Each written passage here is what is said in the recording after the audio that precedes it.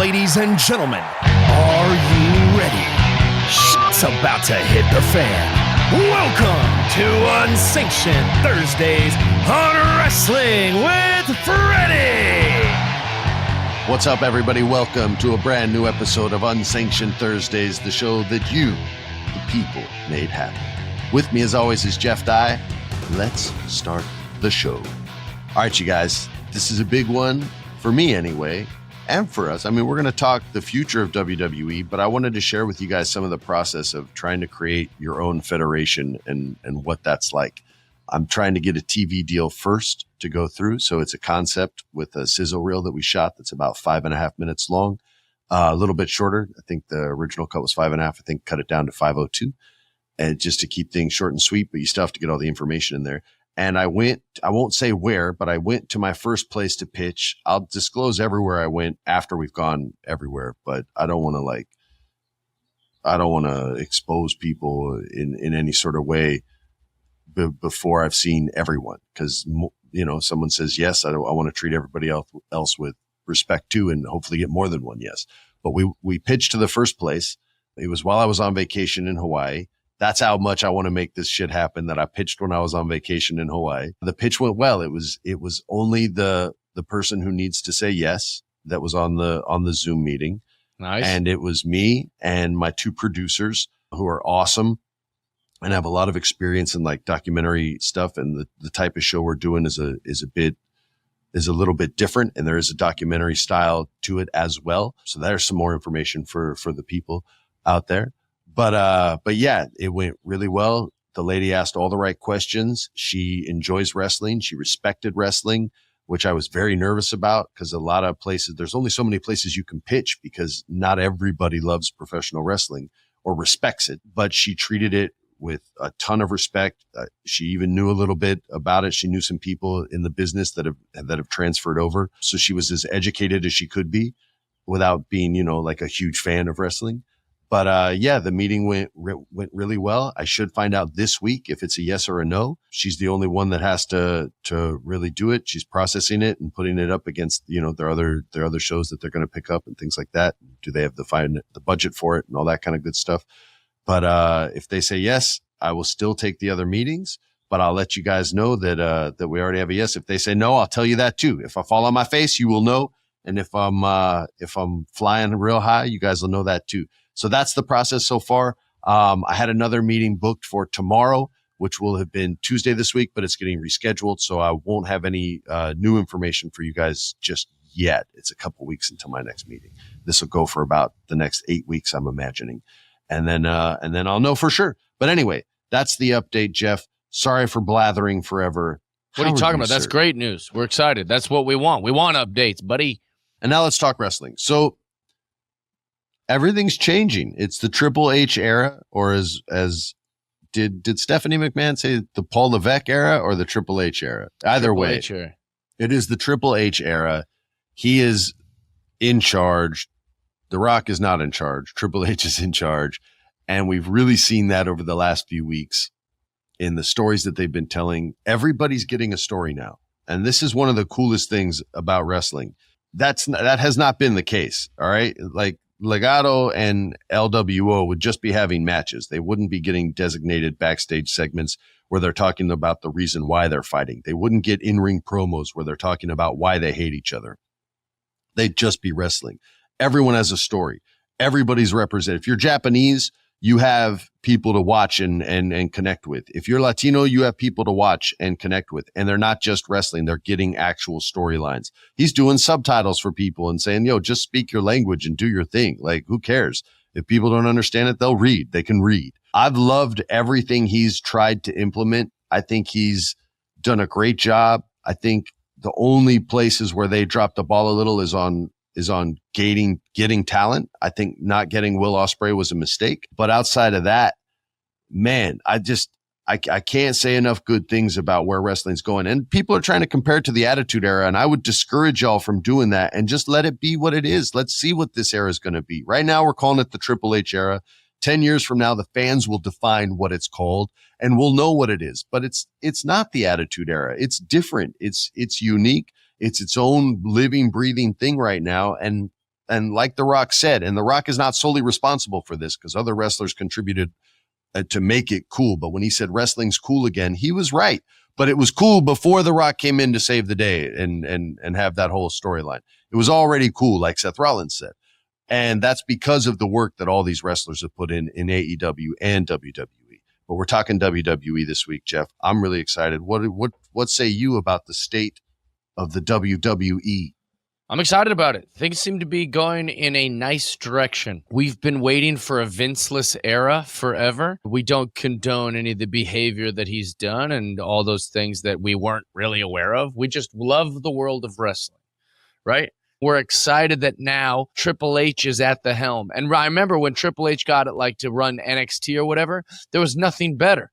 NXT was amazing. And everyone was like, that's because Vince isn't doing it. Triple H is doing it. So I think that's really what they're trying to say in a way to separate themselves from the recent Vince kind of scandal, is to be like, look, it's the Triple H era. It's the Triple H era, because we've never named an era after any one person. It was these terms we used was like the Attitude Era, the PG era. Yeah, these kind of things. We never just named it after a guy. We weren't like, oh, that's the, DX era. No, there was so many more things going on in the DH. But I think that's what they're trying to do. And I think what they're trying to say is like now Paul's in charge. Now Triple H is in charge. And what feels good about that is when the second Vince left, everyone was saying like Michael Cole feels much better on the announcing. Everything feels better, Got wrestlers are coming back because they don't mind working with Triple H.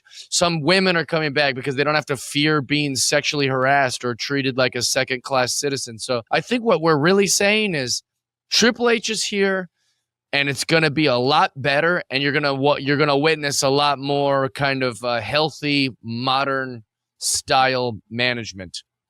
And I don't think he's going anywhere because they're doing bigger business than they have ever done. The previous gross record was 21.6 million here in Los Angeles, and they broke that record. They sold more than 90,000 tickets for both days.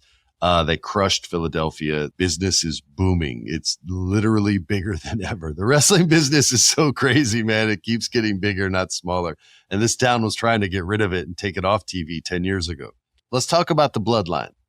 They've done a great job with this story.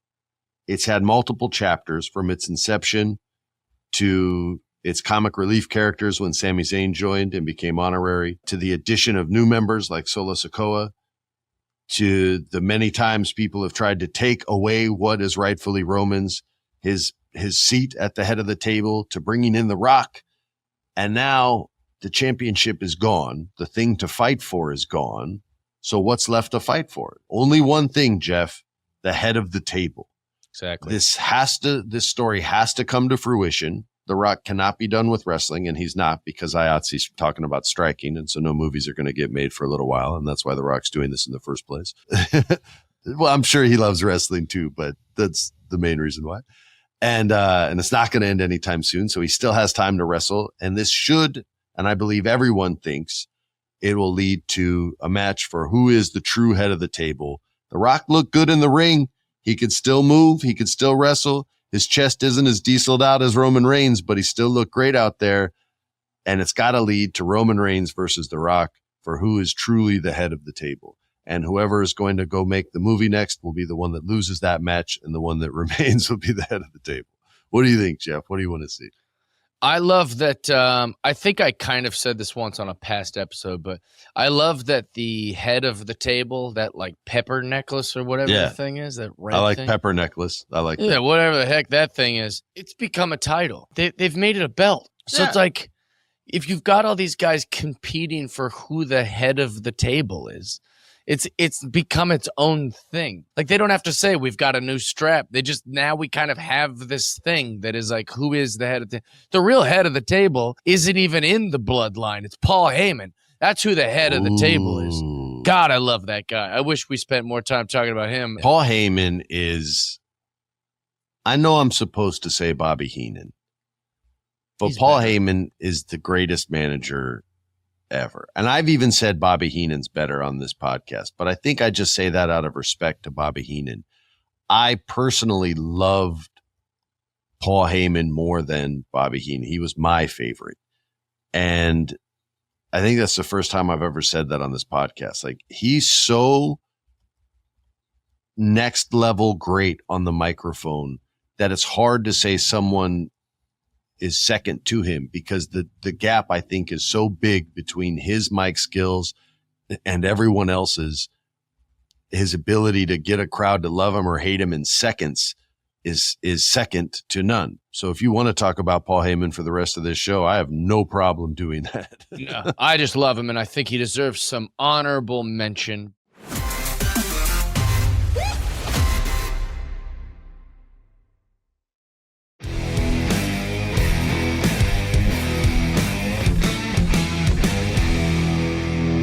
But I will say that I think this Bloodline could be one of the most badass stables to ever exist in pro wrestling. But I wish they would move the writing outside of inter-fighting and make it just this like hard group that nobody can penetrate. You know, everyone's trying to fight the family, and almost everybody's got some sort of battle with the family. I don't want to see them crumbling from within. I'd like to see all the people trying to get to the bloodline, but blood is thicker than water, and they can't kind of penetrate how badass. Because it seems like no matter how successful the stable gets, someone branches off. You know, The Rock from the Nation of Domination, or now Damian Priest seems like maybe he's leaving. Maybe he's going to do a solo thing. He could. I hope he doesn't, but he could. It's what it feels like, in my opinion. But it's all these different things. And so I really wish we could keep the Bloodlines' inner squabblings down and boost up them being this inseparable family that just takes over wrestling. I think that'd be a lot cooler. Well, I think there's room for both of those things to happen, for them to have inner fighting, and then when that story's solved, there is a new leader, and then they can have strength again. Because if you remember, they did have strength, and they had the tag titles and the Universal Championship, and there was no crack in the armor or crack in the wall. Everything was solid, and it wasn't until a little bit of doubt came from Sami Zayn when he started putting seeds of doubt into Jey Uso. That's when things started to crack a little bit. So I think they can go up and down with that kind of story and become strong again, because I don't think Rock's going to beat Roman Reigns to be the head of the table. And I'm hearing WWE's already signed another Fatu cousin who will be coming soon, and probably another one pretty soon after that. So there's room for fresh blood to get in there, and maybe that story that you're hoping for does happen, dude. But the Bloodline story has been awesome for multiple years now, and they've been killing it. They've just been killing it. Yeah, I love it. I think that what they've done, they know they got a jackpot there, and I think, where do you think Roman goes from here? Well, after The Rock, then I think he's going to Hollywood. So I think he'll beat The Rock, and then someone in the Bloodline will have to beat him and become the new head of the Bloodline. I don't know who's going to be ready for that. Maybe it's one of the new people coming in. Maybe it's an Uso brother. I don't know. But if the rumors are true and he is going to take a break and try to make movies, then that would make the most sense. Speaking of jackpots, WWE is finding new ways to make money, Jeff, and they're putting sponsors in the ring. They're putting sponsors around the ring. Everywhere. They've got a hydration station that was used to destroy more What's the point? People. Well, you had to have something else to throw at people. But are we PG or are we not, Rock? What's going on? I thought it was hysterical, PG or not. PG means whatever anyone says it means these days. They bleed now. They cuss. They're dropping F-bombs. There's nothing PG about WWE lately. I was cracking up. I will say this. There are spots that really work well for Snoop Dogg in professional wrestling. And I get, because he did a great job with the Olympics with Kevin Hart, that they wanted to give him a shot doing commentary. But he was with Kevin frigging Hart. And that's why it was working. Why it worked. That's why it was working so well, because he was with a professional comedian. It did not work in this sense when he was on commentary. Not even his goodbye was great, and not because he was leaving. It was actually funny and good. But everything other than that, man, it really took away from the match, and I wish they hadn't have done that. We had to find something to complain about. Off the microphone. Keep him off the microphone. This guy. I love you, tough. Snoop. I love your attitude. I love your career. I love pretty much everything about you. But when you try to be funny, he didn't know the names of moves. Like some of the moves, he was like, "Oh snap! What was that?" You got to watch your back, boo-boo. I'm like, what is he? Oh, look at this chick. One time they took a table out and he did a Scooby-Doo impression that showed that he's almost 60 years old. It was the most embarrassing, cringy. He's like, oh, they got picnic tables up in this place? Oh, Scooby-Doo, get the table, boo-boo. I was like, oh my gosh. Get him out of the commentary. Brutal. Brutal. God bless you, Snoop. Please stay off commentary, but anytime you want to save a match at WrestleMania and beat up The Miz, we're here for it. Thank you for listening to Unsanctioned Thursdays. I hope you guys are liking the show. We love doing it for y'all. Don't forget to write us some reviews. Tell your friends, tell your enemies, tell your mamas, tell everybody that you know. Play it for your dogs. And we'll see you guys each and every week. On behalf of Jeff, I'm Freddie Prinze Jr. saying peace. We out.